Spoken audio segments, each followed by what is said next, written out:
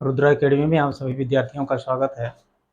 मित्रों, आज उपसर्ग और प्रत्यय का तीसरा दिन है और इस तीसरे दिन में आज हम लोग पुनः उपसर्ग और प्रत्यय से संबंधित कुछ प्रश्नों का अध्ययन परीक्षात्मक ढंग से करेंगे ताकि कहीं भी दुविधा होने ना पाए। आइए हम लोग देखते हैं कि किस प्रकार से और कौन-कौन से प्रश्न परीक्षा में पूछे जाते हैं। लेकिन इसको पढ़ने के पहले आप लोग ध्यान में हमेशा रखिएगा कि जितना अधिक प्रैक्टिस आप लोग करेंगे उतनी अच्छी तैयारी आप लोगों की होगी। तो प्रैक्टिस करना बार-बार ना भूलिएगा। आइए हम लोग देखते हैं। पहला प्रश्न हमारा है, निर्वाह में प्रयुक्त उपसर्ग है। निर्वाह में प्रयुक्त उपसर्ग है। मित्रों, हम लोग जानते हैं कि उपसर्ग कहाँ होता है। पिछले वीडियो में भी इस बात को बताया गया था कि उपसर्ग हमेशा मूल शब्द के पहले होता है। मूल शब्द के पहले होता है उपसर्ग। हमेशा कहाँ होता है? यह अगर मूल शब्द है तो मूल शब्द के पहले क्या होता है? उपसर्ग होता है। अब इसमें से छांटिए। निर्वाह, निर्वाह का यदि हम संधि विच्छेद करें तो क्या होगा? निर्वाह का संधि विच्छेद क्या होगा? निर्धनवाह।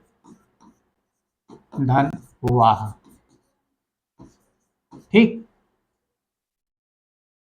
जब हम संधि विच्छेद कर दिए तो ये निर्ध हमको पहले से ही मिल गया। यहाँ पर देखिए, अब ये निर किस विकल्प में है?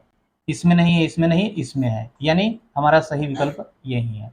यदि हम इसको लेते हैं, इसको भी थोड़ा ध्यान में दे लीजिए।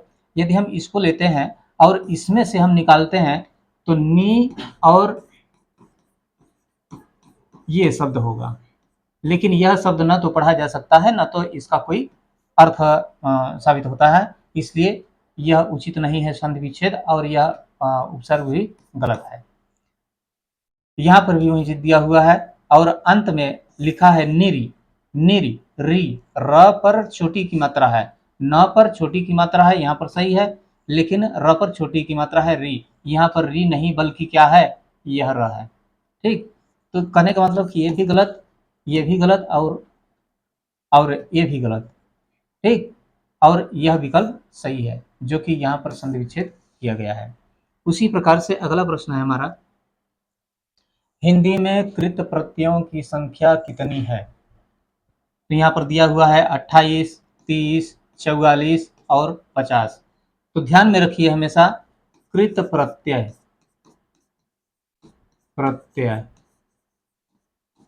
इनकी संख्या 30 है और तद्धित प्रत्यय जो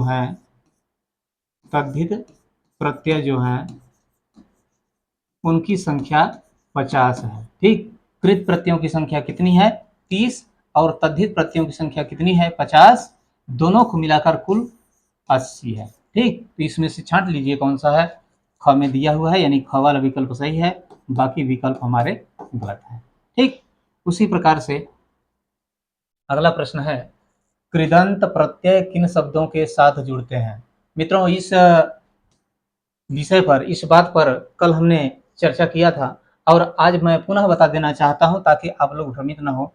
देखिए, शब्द दो प्रकार के होते हैं। शब्द के प्रकार, यह दो प्रकार के होते हैं। एक होता है विकारी शब्द और दूसरा होता है अविकारी। अविकारी को ही अव्यय कहते हैं। अविकारी को क्या कहते हैं? अव्यय कहते हैं। और जो विकारी शब्द है वह भी पहला होता है संज्ञा, दूसरा होता है सर्वनाम, तीसरा होता है विशेषण और जो चौथा होता है वो होता है क्रिया। क्या होता है? क्रिया। यह जो क्रिया है यही धातु है, यानी धातु को ही हम क्रिया के नाम से जानते हैं। ठीक, अब पूछता क्या है? कृदंत प्रत्यय। इस बात को आप लोग भली भांति ध्यान में रखेंगे कि जो कृत प्रत्यय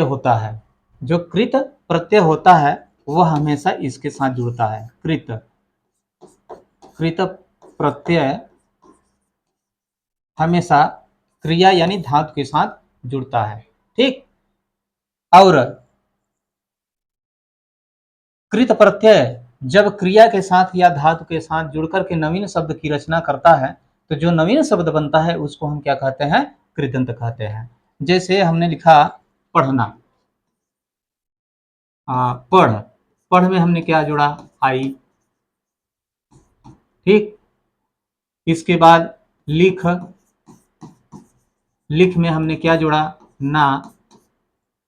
ठीक। तो पढ़ में आई जोड़ने से क्या मिलता है हमको? पढ़ाई। ठीक। और लिख में ना जुड़े तो क्या होगा?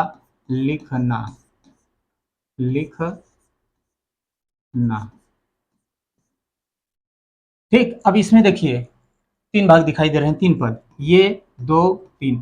ठीक। यह क्या है? ये दोनों क्या है? क्रिया है। क्या है? क्रिया है। इन्हीं को हम धातु के नाम से जानते हैं। और हम जानते हैं कि धातु या क्रिया में जो भी प्रत्यय जोड़े जाते हैं उनको हम क्या कहते हैं? कृत प्रत्यय। तो ये जो है, ये आई और ना, यह क्या है? कृत प्रत्यय। प्रत्यय। ठीक। तीसरी बात, हम यह भी जानते हैं कि जब किसी क्रिया के साथ या धातु के साथ यदि कोई प्रत्यय जुड़ता है और जुड़ करके जब जो नवीन शब्द की रचना होती है उनको हम क्या कहते हैं? कृदंत। ठीक। तो यह क्या है? मूल शब्द या क्रिया या धातु, इसमें जो प्रत्यय जोड़ा गया है वह कृत प्रत्यय है, और इसको जोड़ने से, इस क्रिया या धातु में यह प्रत्यय जोड़ने से जो नए शब्द का निर्माण हुआ है उसको हम क्या कहते हैं? कृदंत प्रत्यय। ठीक। इसके बाद एक चीज और ध्यान में दे लीजिए, ये तो हो गया, ठीक ना? अभी ये बकाया है, ये और ये शेष शब्दों, जो शेष होते हैं, मतलब इसको छोड़कर शेष, शेष जो भी बचते हैं, अब क्या बचते हैं? शेष। संज्ञा बचा, सर्वनाम बचा, विशेषण बचा, और क्या बचा? अव्यय। इनके साथ, शेष के साथ जुड़ने वाला क्या? प्रत्यय। प्रत्यय क्या कहलाता है? तद्धित प्रत्यय कहलाता है। क्या कहलाता है?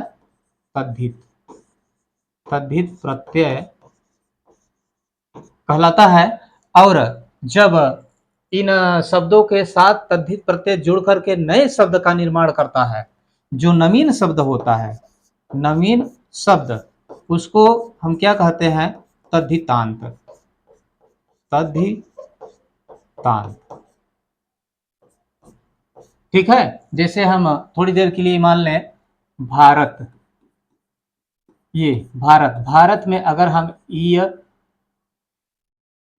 प्रत्यय जोड़ें तो इनको जोड़ देने से क्या होगा? भारतीय। ठीक।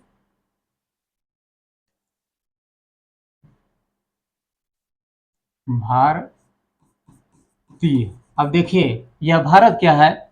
एक संज्ञा है, स्थानवाचक शब्द है, इसको हम क्या कहते हैं? मूल शब्द। ठीक है। और इसमें जब हम इसको जोड़े, इस प्रत्यय को जोड़े, तो यह प्रत्यय जो है वह क्या कहलाएगा? तद्धित प्रत्यय। तद्धित प्रत्यय क्या कहलाएगा? तद्धित प्रत्यय।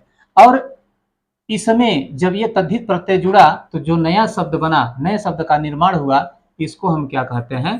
तद्धितांत। तद्धितांत। ठीक। अब इसको देखिए, प्रश्न को देखिए, कृदंत प्रत्यय किन शब्दों के साथ जुड़ते हैं? आप देख लीजिए, हमने बताया कृदंत प्रत्यय, यहां पर लिखा हुआ है कृदंत किसके साथ जुड़ा हुआ है? पढ़। पढ़ क्या है? एक क्रिया है। ठीक है ना? तो इसमें से अब विकल्प में छांटिए, क्रिया कहाँ लिखा है? यहाँ चौथे नंबर पर लिखा हुआ है, यानी यह प्रश्न, यह विकल्प सही है और बाकी विकल्प गलत है। ठीक। उसी प्रकार से अगला प्रश्न है, निम्नलिखित पद इक प्रत्यय लगने से बने हैं, यानी ये दैविक, सामाजिक, भौमिक, पाक्षिक, इनमें से जो ये शब्द लिखे गए हैं इनमें से कुछ शब्द इक प्रत्यय लगने से बने हैं, इनमें से कौन सा पद गलत है? एक पद गलत है। गलत होने का मतलब कि यहाँ पर लिखा गया है कि इक प्रत्यय लगाया गया है। क्या लगाया गया है? इक प्रत्यय लगाया गया है। लेकिन एक ऐसा शब्द है जिसमें कि इक प्रत्यय नहीं लगाया गया है। तो अब हमको छांटना है कि किस शब्द में इक प्रत्यय नहीं लगाया गया है। पहले लिखा है दैविक। दैविक को का यदि हम संधि विच्छेद करें तो देव धन इक होगा बराबर दैविक। ठीक ना। अब देखिए समाज का, सामाजिक का, समाज से बना है सामाजिक, समाज धन इक बराबर सामाजिक। ठीक। भौमिक, भूमि से, भूमि से, भूमि में इक प्रत्यय जुड़ा हुआ है। ठीक। अब देखिए ध्यान दीजिए क्या लिखा गया है, निम्नलिखित पद इक प्रत्यय से बने हैं, इनमें से कौन सा पद गलत है? कहने का मतलब कि अब चार विकल्प जो दिए गए हैं तो यह तो हो नहीं सकता है कि चारों विकल्प में यह इक प्रत्यय जोड़ा गया हो। इसमें से एक पद ऐसा है जिसमें, एक शब्द ऐसा है जिसमें कि इक प्रत्यय नहीं लगाया गया है। तो अब बचता क्या है? यहाँ तो तीनों में इक प्रत्यय लगाया गया है, यहाँ भी, यहाँ भी, यहाँ भी। अब शेष कौन बचा? यह। ठीक ना। इसका मतलब कि यह जो विकल्प है यही विकल्प ऐसा है जिसमें कि इक प्रत्यय नहीं लगाया गया है। कहने का मतलब कि ये तीनों गलत हैं और जो चौथा वाला है वह सही है। ठीक। आगे चलते हैं। अगला प्रश्न है किस शब्द की रचना प्रत्यय से हुई है? मित्रों हम जानते हैं कि प्रत्यय कहाँ होता है, बाएं हाथ में होता है कि दाहिने, मतलब बाएं तरफ होता है कि दाहिने तरफ। हम जानते हैं कि जो मूल शब्द होता है, मूल शब्द होता है उसके पहले क्या जुड़ता है? उपसर्ग। और इसके दाहिने तरफ क्या जुड़ता है? प्रत्यय। ठीक। अब देख लीजिए कि प्रत्यय किस शब्द की रचना प्रत्यय से हुई है। अब इनको देखिए, संधि विच्छेद कीजिए और देखिए कि प्रत्यय किस में लगा है। अभियोग, अभियोग का अगर हम संधि विच्छेद करें तो क्या होगा? अभिधन योग, अभिधन योग।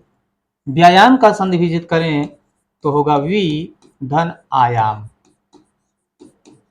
ठीक। इसके बाद अपमान, अप और मान, अप और मान।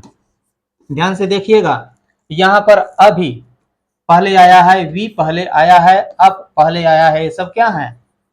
क्या है? उपसर्ग है, उपसर्ग। क्यों? क्योंकि उपसर्ग कहां होता है? पहले होता है। ठीक है ना। अब तीनों में उपसर्ग लगा है लेकिन पूछ क्या रहा है? कौन सा ऐसा शब्द है जिसमें कि प्रत्यय लगा हुआ है? तो जब इसमें भी उपसर्ग लगा है, इसमें भी उपसर्ग लगा है, इसमें भी उपसर्ग लगा है, तो अब तो कोई बचता ही नहीं है जिसमें कि प्रत्यय लगा हो। यहाँ इनमें से कोई नहीं, यानी विकल्प ये सही है। ठीक। ये सब विकल्प गलत है। इसके बाद बेइंसाफी में प्रयुक्त उपसर्ग है। बेइंसाफी को यदि हम संधि विच्छेद करें तो क्या होगा? बे धन इंसाफी। अब बे यहाँ पर सबसे पहले ही दिखाई दे रहा है और जैसा कि हम लोग जानते हैं कि उपसर्ग कहाँ होता है? पहले। कहाँ होता है? पहले। तो यह यदि मूल शब्द हो गया, मूल शब्द हो गया, तो मूल शब्द के पहले क्या है? ये बे। बे क्या है? उपसर्ग। मूल शब्द के पहले, यानी मूल शब्द हमारा ये है कि इसके पहले जो लिखा है यह क्या हुआ? उपसर्ग। अब इसमें से देख लीजिए यह सही है। ठीक। इसके बाद बाकी सब गलत है। ठीक ना। इसके बाद आगे चलते हैं। अगला प्रश्न है निम्नलिखित में से उपसर्ग रहित शब्द है। उपसर्ग रहित का मतलब कि इन चारों में से हमको यह देखना है कि कौन सा विकल्प ऐसा है जिसमें उपसर्ग नहीं लगाया गया है। ठीक। तो आइए देखते हैं। सुयोग, सुयोग, सुधन योग, ये दो शब्दों से बना है। ठीक। वी, वी और देश, वी और देश से बना है विदेश। अत्यधिक, अति धन अधिक। ठीक। इसके बाद सुरेश, सुर, सुर धन ईश। इसको ध्यान से देखिएगा। यहाँ पर देखिए सुर और ईस, इसमें यह संधि विच्छेद की प्रक्रिया में यह होता है, उसका जो नियम है उस नियम के अनुसार यह होता है कि यदि पहले पद का अंतिम वर्ण में अ सम्मिलित है और दूसरे पद के प्रथम वर्ण में ई है, चाहे छोटी ई हो चाहे बड़ी ई हो, ठीक। प्रथम पद के दूसरे वर्ण में अ है और दूसरे भाग में जो पहला वर्ण है वह ई है, तो दोनों मिल करके ए का निर्माण करते हैं, ठीक। यह ए यहाँ पर देखिए र पर लगा हुआ है यहाँ, ठीक ना। सुर माने क्या होता है? देवता होता है। क्या होता है? देवता। यह भी एक संज्ञा है। और इस का मतलब क्या होता है? ईश्वर, ठीक। यह भी संज्ञा है। अब देखिए ये दोनों पद अलग अलग हो गए। अब हमको देखना क्या है? उपसर्ग रहित शब्द, क्या इसमें उपसर्ग लगा है? इसमें क्या उपसर्ग लगा है अथवा नहीं लगा है? तो जो हमने संधि विच्छेद किया है उसके अनुसार उपसर्ग आपके सामने है। यहाँ पर सुयोग में सु उपसर्ग है, विदेश में वि उपसर्ग है, अत्यधिक में अति उपसर्ग है, यानी इन तीनों में उपसर्ग है। तो नहीं किसमें है? उपसर्ग रहित से पूछ रहा है ना, तो नहीं किसमें है? अर्थात इसमें। यानी ये जो तीनों प्रश्न है विकल्प, यह गलत है, ठीक। इसके बाद अगला प्रश्न है बहाव शब्द में प्रयुक्त प्रत्यय। प्रत्यय का मतलब बाद में, बाद में ना, बाद में का मतलब मूल शब्द के बाद में। अब देखिए बहाव, बहाव अगर यहाँ पर हम सबसे पहला विकल्प है, यदि हम इसको देखें तो लिखा है बहन, न शब्द का कहीं उल्लेख नहीं है। यहाँ पर ब और ह है लेकिन न शब्द का उल्लेख कहीं भी नहीं है, इसलिए यह तो गलत हो गया। इसके बाद हाव, हाव को यदि हम लेते हैं तो हाव ये अंतिम है, लिखे गए हैं, तो अंतिम के अनुसार यह प्रत्यय हो सकते हैं, लेकिन यह शब्द प्रत्यय है ही नहीं, इसका कोई अर्थ ये नहीं, या ये कहीं पर जुड़ने से किसी शब्द के मूल अर्थ में कोई परिवर्तन नहीं कर सकते हैं। इसका सही संधि विच्छेद का होगा बह धन आव, ठीक। बह, बह का मतलब क्या होता है? बहना, बहना या बहन, बहन करना। बहन करने का मतलब क्या होता है? ढोना, ले जाना, ठीक है ना। बह का मतलब क्या होता है? बहना, पानी की धारा बहती है। बहन करना माने ढोना, ले जाना एक स्थान से दूसरे स्थान पर।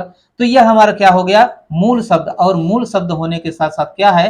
क्रिया है, क्रिया यानी धातु है, ठीक ना। तो अब इसके बाद जब यह मूल शब्द हो गया तो इसके बाद क्या जुड़ा है? आव। तो बाद में जो जुड़ा है उसी को हम क्या कहते हैं? प्रत्यय, ठीक है। अब यहां पर देख लीजिए कि जो तीसरा विकल्प है यह विकल्प हमारा सही है, बाकी विकल्प गलत है, ठीक।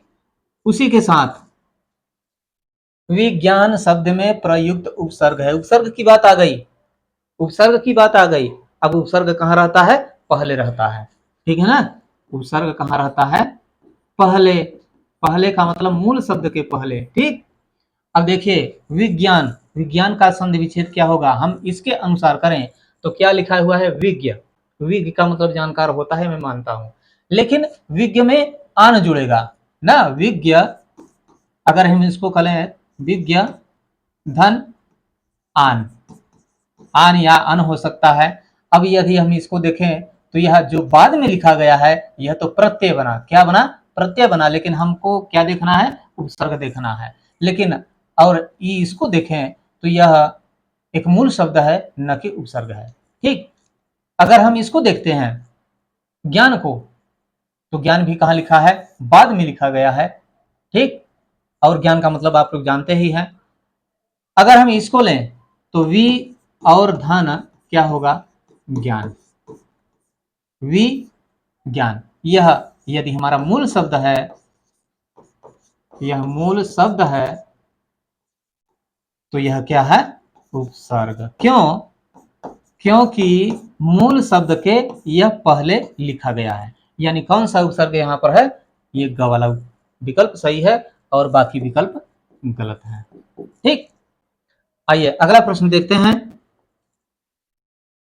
चिरायु शब्द में प्रयुक्त उपसर्ग है। चिरायु यह हमारा मूल जो शब्द है, नवीन शब्द, उसमें प्रयुक्त उपसर्ग। उपसर्ग का मतलब आप जानते ही हैं, कहाँ, पहले, ठीक ना, पहले। अब देखिए इसका संधि विच्छेद जब करेंगे तो होगा चिर, चिर धन आयु, ठीक है। चिरायु दीर्घ संधि है, दीर्घ स्वर संधि। यहां पर देखिए र में अ की मात्रा सम्मिलित है और यहाँ पर क्या है, आ। और हम जानते हैं कि जब अ से आ मिलता है तो आ का निर्माण होता है, ठीक है। यहाँ पर र पर देख लीजिए आ का मात्रा है कि नहीं है। तो इस अनुसार देखा जाए तो यह जो संधि विच्छेद हमने किया है, यह संधि विच्छेद सही है। यानी यह आय हमारा क्या है, मूल शब्द। तो इस आय के पहले जो शब्द लिखा हुआ है क्या होगा, उपसर्ग होगा। तो चिर कहाँ लिखा है, चिर यहाँ पर लिखा हुआ है, बाकी सब गलत है और ख वाला विकल्प सही है, ठीक। उसी प्रकार से धुंधला शब्द में प्रयुक्त प्रत्यय है। प्रत्यय, प्रत्यय का मतलब बाद में, ठीक ना। अब यही इस शब्द में हमको देखना है कि बाद में मतलब कि मूल शब्द हमारा क्या है और उसके लास्ट में बाद में कौन सा प्रत्यय लगा है। अगर हम इसको देखते हैं तो यह तो सबसे पहले ही लिखा है, इसलिए यह गलत हो गया। धुंध को देखें, ठीक ना, तो धुंध को देखें तो यह धुंध प्रत्यय की श्रेणी में नहीं आएगा, क्योंकि इसके बाद यह जो ला लिखा हुआ है, धुंध जो लिखा हुआ है यह प्रत्यय की श्रेणी में ही आएगा। दूसरी बात की यह जो उपसर्गों की संख्या जो दिखाई गई है उसमें यह सम्मिलित नहीं है, ठीक। हाँ, इसका एक अर्थ होता है, धुंध का मतलब होता है धूल, धुआं के कण इत्यादि, ठीक ना। धुंध का मतलब होता है धुंध, धुंध का मतलब होता है धूल, धुआं इत्यादि के कण, और इसमें ला प्रत्यय जोड़ करके बनाया गया है। धुंध ये पूरा पूरा यहाँ पर दिखाई दे रहा है और ला एकदम अलग दिखाई दे रहा है, यहाँ पर ये लिखा है। तो यह जो यदि मूल शब्द हो गया तो ला कहाँ जाएगा, प्रत्यय में जाएगा, ठीक। तो यहाँ पर ये सही है और बाकी सब गलत है। उसी प्रकार से दोषहर्ता में प्रत्यय का चयन कीजिए। यहाँ पर प्रत्यय देखना है, प्रत्यय का मतलब दाहिने साइड में, यानी बाद में, मूल शब्द के बाद में, ठीक ना। तो दोषहर्ता, अब देख लीजिए यह दोष और हर्ता,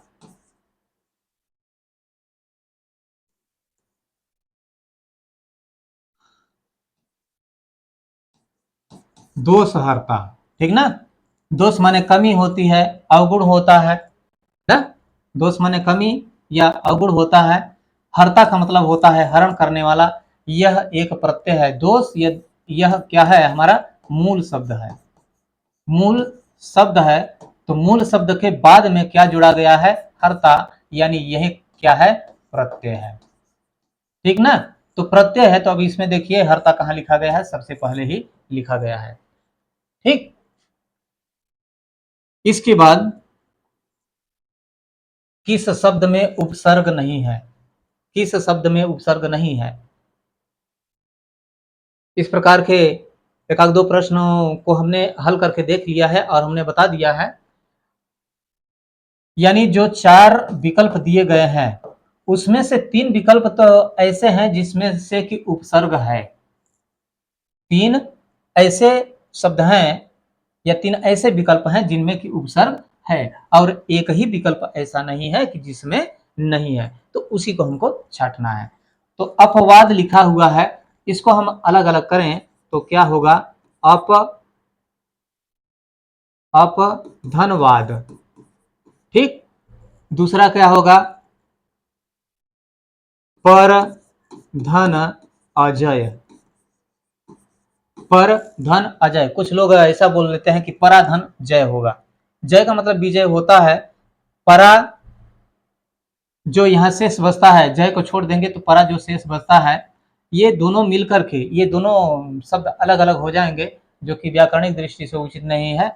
तो इसका जब हम संधि विच्छेद करेंगे तो पर धन अजय हो, क्यों होगा, क्योंकि यहाँ पर देख लीजिए पर र में अ का मात्रा है, धन यहाँ पर क्या है, अ, और हम जानते हैं कि अ और अ मिलकर के आ का निर्माण करते हैं, जो कि यहाँ पर दिखाई दे रहा है एकदम सीधे सीधे।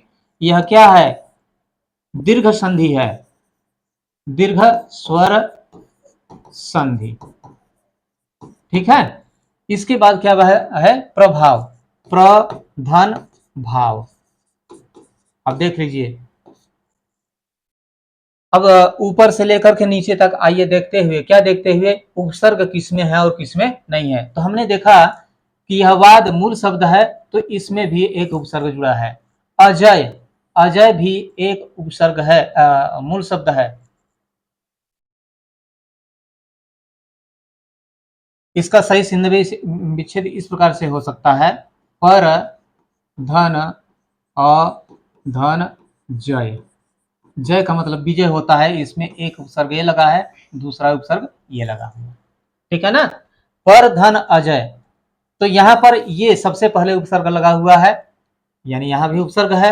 यहाँ पर भाव मूल शब्द है, और भाव के पहले यह जो प्र लिखा गया है, यह भी एक उपसर्ग है, यानी इन तीनों में हमको उपसर्ग दिखाई दे रहा है। ठीक, तो शेष कौन बचता है, बचता है, यानी इसमें उपसर्ग नहीं है, यही विकल्प हमारा सही है, बाकी गलत है। उसी प्रकार से संस्कार शब्द में किस उपसर्ग का प्रयोग हुआ है। संस्कार, संस्कार का सही संधि विच्छेद का क्या होगा, सम धन कार। ठीक, अब देख लीजिए, यह सम उपसर्ग, उपसर्ग यहाँ पर दिखाई दे रहा है। इसी से हमको प्रतीत मालूम हो गया कि यहाँ पर ये क वाला विकल्प सही है, लेकिन हम थोड़ी देर के लिए इसको भी देख लेते हैं। लिखा है सन, संधि विच्छेद करने का जो तरीका है वह यह सही है, न कि यह वाला लिखा गया। क्यों, बहुत सारे लोग देखते हैं कि यहाँ पर स के ऊपर बिंदी लिखा गया है, मतलब इसका अर्थ क्या होता है, न आधा न होता है, तो लोग कर देते हैं सन धन कार, ठीक ना, संधन कार कर देते हैं, लेकिन यह गलत है। सही तरीका क्या है, यह है सम स, सम स। तो यहाँ पर स जो पूरा लिखा है, यहाँ पर पूरा स नहीं है, इसलिए यह भी गलत। सन स, अगर हम सन स को लिखेंगे तो यहाँ पर भी पूरा सा लिखा गया है, लेकिन यहाँ पर आधा सा है, यानी यह भी गलत है। तो सही क्या है, सम उपसर्ग है, यानी क विकल्प सही है, बाकी सब गलत है। उसी के साथ अगला प्रश्न है, पुरोहित में उपसर्ग है, पुरोहित। अब इसका भी संधि विच्छेद करके देख लिया जाए कि कौन सा उपसर्ग है। इसका सही संधि विच्छेद क्या होगा, पुरह, पुरह धन हित। ठीक, पुरह धन हित, हित माने क्या होता है, भलाई, भलाई या कल्याण होता है, कल्याण, ठीक ना। यह क्या है, मूल शब्द है, और मूल शब्द के पहले यह उपसर्ग जुड़ा हुआ है, उपसर्ग। ठीक, अब हमको पता चल गया इसी संधि विच्छेद से कि यहाँ पर कौन सा विकल्प सही है। तो विकल्प ख वाला सही है, बाकी विकल्प गलत है। ठीक, ये सब गलत है। उसी प्रकार से अगला प्रश्न है, अवनत शब्द में प्रयुक्त उपसर्ग है, अवनत। इसका भी हम संधि विच्छेद कर लें, या हम पहले इसको देख लें। क ख ग घ जो 4 विकल्प दिए गए हैं, नत, नत यहाँ देखिए उपसर्ग, हमको क्या देखना है, उपसर्ग देखना है, न कि प्रत्यय देखना है। अगर हम उपसर्ग देखेंगे तो उपसर्ग कहाँ होता है, पहले होता है, यानी इसमें मूल शब्द कौन सा है और उपसर्ग कौन सा है, यह हमको छांटना है। यदि हम नत को देखते हैं तो नत कहाँ लिखा गया है, सबसे अंतिम में, सबसे अंतिम में लिखा गया है, तो यह निश्चित है कि उपसर्ग नहीं है, यानी यह गलत। ठीक है, इसके बाद अ देखिए, अ अवनत में अ सबसे पहले लिखा गया है, तो ये अ तो सत्य में उपसर्ग है, अवनत। अ सबसे पहले लिखा गया है, यह सही बात है कि यह एक उपसर्ग है, यानी इस भ्रम में पढ़ करके बहुत सारे विद्यार्थी इस पर सही का टिक लगा देते हैं और फंस जाते हैं अंतिम में। क्यों? क्योंकि अ उपसर्ग के बाद जो शेष बच रहा है वनत, क्या इसका सही अर्थ निकल रहा है? यह भी तो सार्थक होना चाहिए। यदि यह सार्थक नहीं है तो इसका मतलब कि यह गलत है, यानी अ उपसर्ग नहीं है। कहने का मतलब कि यह भी गलत है। ठीक है ना? इसके बाद बचता है क्या? अव। अव को इसमें से यदि हम अलग कर लें, अव, यदि इसमें से अलग कर लें तो शेष क्या बचता है? नत। ठीक है ना? अव को अलग कर लें, यहां जो अव लिखा हुआ है अव को अलग कर लें तो शेष क्या बचता है? नत। नत का मतलब क्या होता है? झुकना। झुकना, झुकना भी होता है, नीचे देखना भी होता है, नीचे रहना भी होता है। ठीक, तो यह क्या है? मूल शब्द। मूल शब्द। ठीक, और मूल शब्द के पहले ही क्या होता है? उपसर्ग।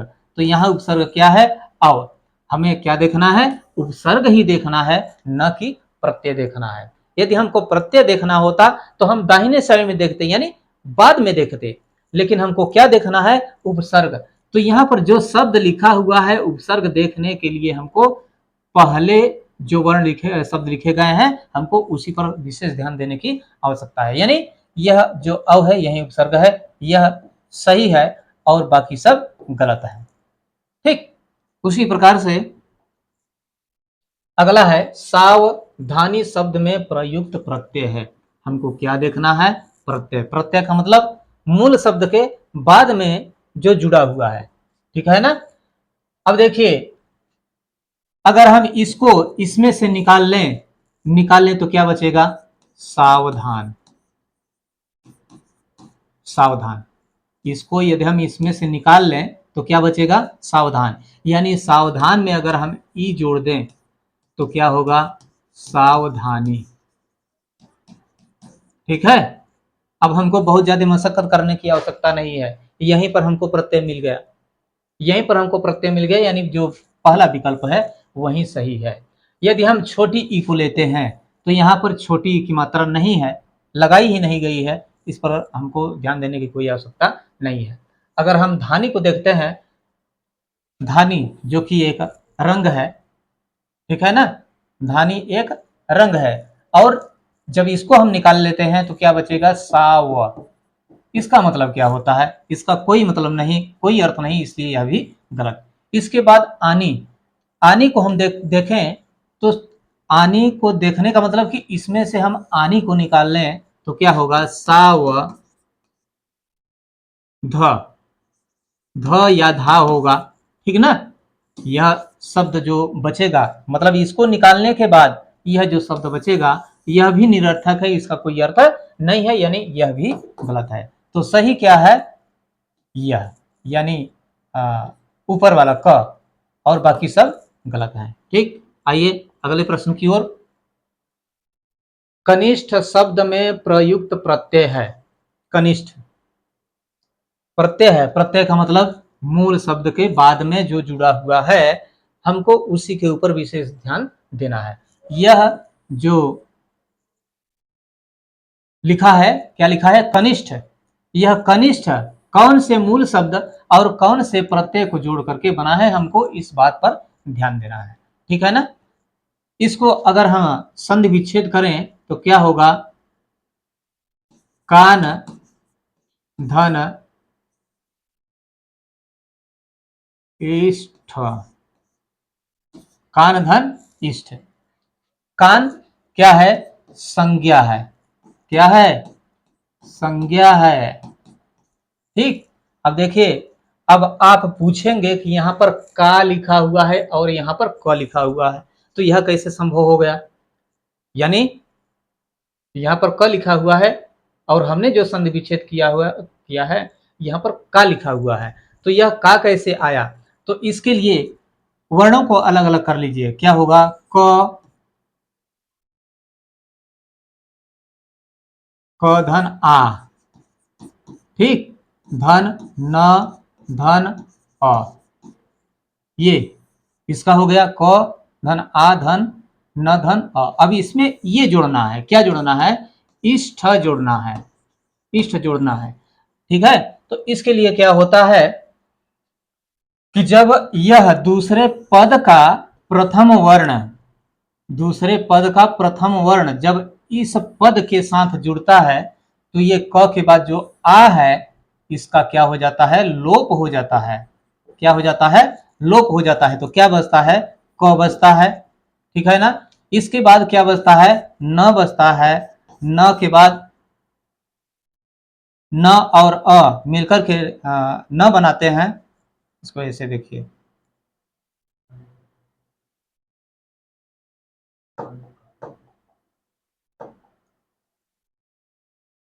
यहां पर क बचा, इसके बाद न और अ मिलकर के क्या बने, न। ठीक, इसके बाद यह जो ई है तो ई की मात्रा इसी में समाहित हो जाती है। इसके बाद ये दोनों वर्ण शेष जो बचे हुए हैं पूरा पूरा लिख दीजिए, यह है। अब इसके अनुसार छाट लीजिए कि यहाँ पर प्रत्यय क्या है, तो प्रत्यय क्या है, इष्ट, यानी क वाला विकल्प सही है और बाकी सारे विकल्प गलत है। ठीक, इसके बाद जो अगला प्रश्न है, अतीव शब्द में निम्नलिखित में से कौन सा उपसर्ग है, क्या उपसर्ग है। हमको क्या देखना है, उपसर्ग। कहां देखना है, अतीव शब्द में कौन सा, मतलब कि इसमें से हमको छांटना है कि यह जो शब्द लिखा हुआ है इसमें कौन सा उपसर्ग है। उपसर्ग कहां होता है, शब्द के पहले होता है, मूल शब्द के पहले।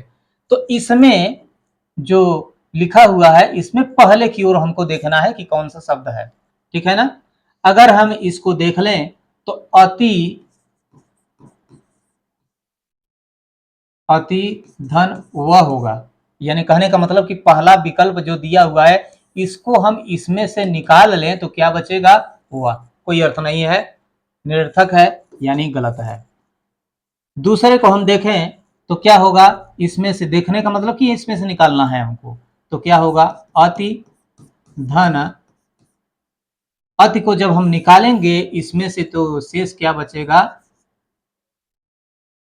इव। ठीक, अति को जब हम इसमें से निकाल लेंगे तो क्या बचेगा, इव। अब पूछे कैसे बचेगा, तो इस बात को आप लोग भली भांति जानते हैं कि यहाँ पर जो त पर छोटी की मात्रा है, यहाँ पर छोटी की मात्रा है, और यहाँ पर जो दूसरा पद है इसके पहला वर्ण जो है वह ई है। हम जानते हैं कि छोटी और छोटी जब आपस में मिलते हैं तो बड़ी ई का निर्माण करते हैं, यानी रचना करते हैं। ठीक है, यह भी दीर्घ संधि में सम्मिलित है। तो इसके अनुसार यहाँ पर देखिए बड़ी ई की मात्रा लगी हुई है, अतियों में त पर बड़ी ई की मात्रा लगी हुई है। कहने का मतलब कि यह जो हमारा संधि विच्छेद हमने जो किया है यहाँ पर, यह संधि विच्छेद हमारा सही है। जब सही सही संधि विच्छेद हो गया तो आप खोज सकते हैं कि इसमें कौन सा उपसर्ग लगा हुआ है, तो कौन सा लगा हुआ है, अति। ठीक, एक बात और,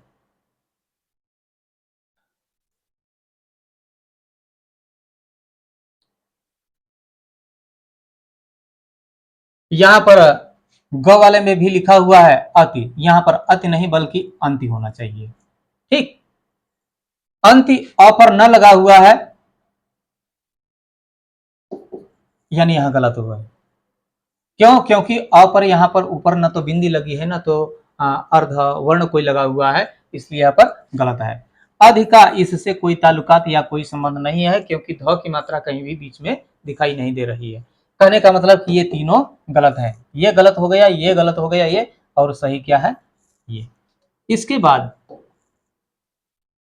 अमावट में प्रत्यय है, क्या देखना है हमको, प्रत्यय। प्रत्यय का मतलब मूल शब्द के बाद में। ठीक ना, अगर हम इसको लें, इसमें से निकालें ट को, तो शेष क्या बचेगा, अ मा हुआ। भाई ट को हम जब निकाल लेंगे तो क्या बचेगा, अमाव। यह अमाव शब्द गलत है, इसका कोई अर्थ नहीं है, अर्थात ये प्रत्यय गलत है। ठीक, इसके बाद ये बचता है, अगर इसमें से वट निकालें तो क्या होगा, अमा धन वट। इसको तो हमने निकाल लिया, तो शेष क्या बचेगा? अमा। अमा का क्या अर्थ होता है? कुछ नहीं, ये भी गलत है, ठीक है ना। यह भी तो सार्थक होना चाहिए, इसका एक सटीक अर्थ निकलना चाहिए, यानी वट भी गलत है, ठीक ना। अब इसका सही सही यदि संधि विच्छेद किया जाए तो क्या होगा?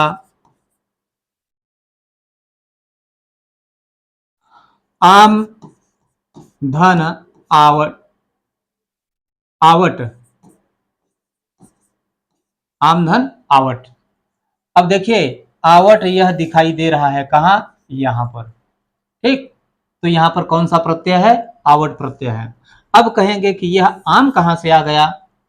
तो अब यह हमने पिछले उदाहरण में इस बात को समझाया है कि यहां पर अ है और धन अ है, अ और अ मिलकर के आ का निर्माण किए, प्लस म प्लस अ, इन वर्णों से इसका निर्माण हुआ है। इसके बाद क्या जुड़ेगा? आवट। क्या जुड़ेगा? आवट। अब देखिए, जब ये दूसरे पद का पहला वर्ण जब इस पद के साथ जुड़ेगा, ठीक है ना, जब इस पद के साथ जुड़ेगा तो इसमें जो बीच का दूसरा वाला अ है, इसका क्या हो जाएगा? लोप हो जाएगा, यानी समाप्त हो जाएगा। तब क्या बचेगा? अ। क्या बचेगा? अ। यहां देखिए, अ बचेगा। इसके बाद यह जो आ है, अ के बाद म, ये खत्म हो गया, बचा क्या? म। तो यहां पर क्या होगा? म। इसके बाद म में अम्लित असम्मिलित ही है। और दूसरी बात कि जो पहला पद है उसका अंतिम वर्ण क्या है? अ है।